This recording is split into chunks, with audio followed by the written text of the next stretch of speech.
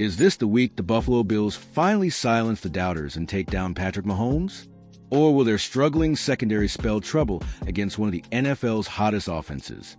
Either way, Bills Mafia, buckle up, because this Sunday in Orchard Park, the spotlight isn't just on Josh Allen. It's on the entire Buffalo defense, facing a tall order against the Kansas City Chiefs in what could be a defining moment of the season. Now, let's set the scene. The Bills are coming off a much-needed win that snapped a frustrating two-game skid.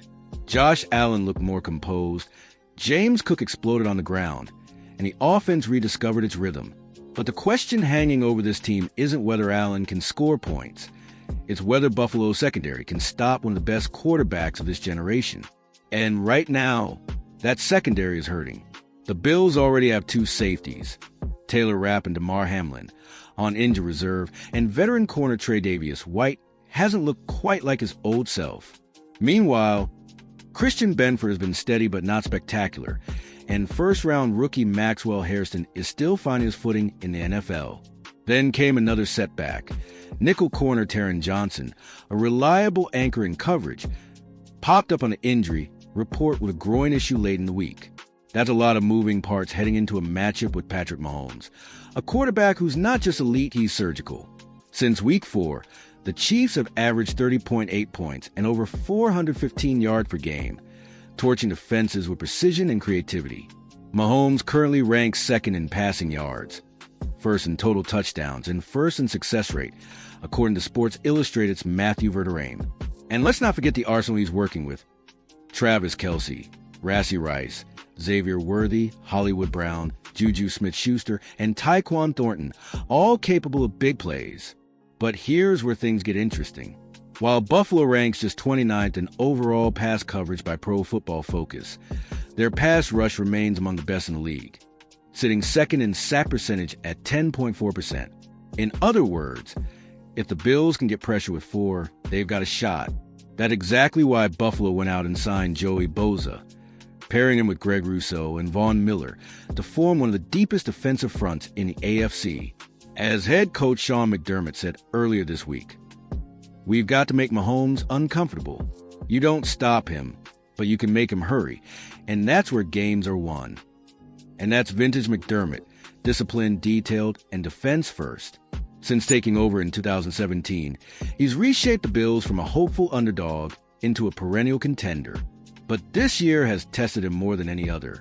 Between injuries, offensive inconsistency, and the weight of expectations, the Bills have had to rediscover their identity, one built on grit, belief, and resilience. If you follow Buffalo long enough, you know resilience is in their DNA.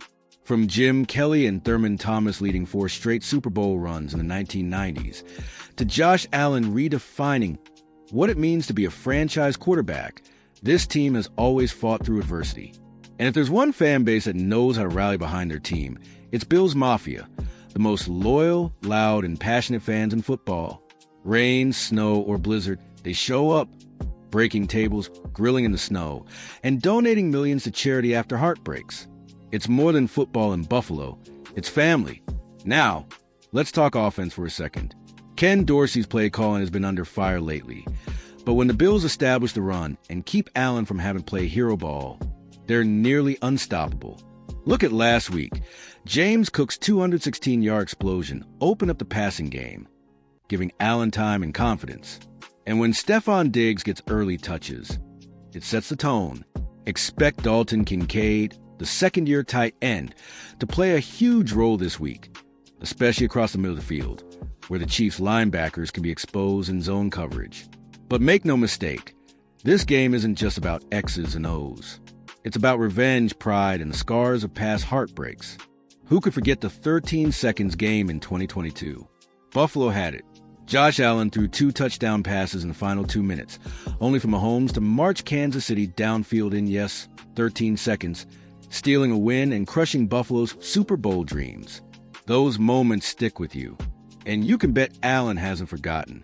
When asked about facing Mahomes again, Allen smiled and said, "Every time we play them, it's a war.